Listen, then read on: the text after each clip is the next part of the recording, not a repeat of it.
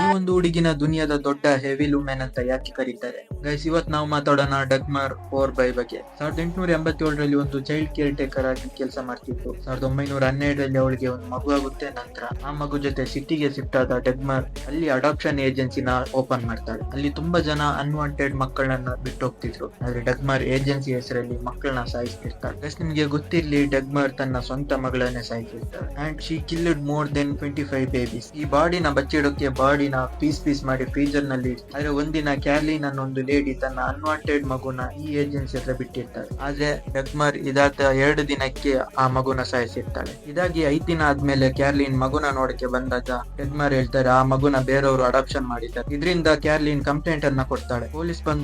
Police ಬಂದು investigation ಮಾಡಿದಾಗ ಡಗ್ಮರ್ ಮನೆಯಲ್ಲಿ ಪೀಸ್ ಮಾಡಿದ್ದ ಡೆಡ್ ಬಾಡಿಗಳು ಸಿಗುತ್ತೆ. ಅಂಡ್ ಅದ್ರ ಜೊತೆಗೆ ಮಕ್ಕಳ ಸ್ಕಲ್ಸ್ ಕೂಡ ಸಿಗುತ್ತೆ. ಈ ರೀತಿ ಒಂದು child caretaker, child serial killer ಆಗಿರ್ತಾಳೆ.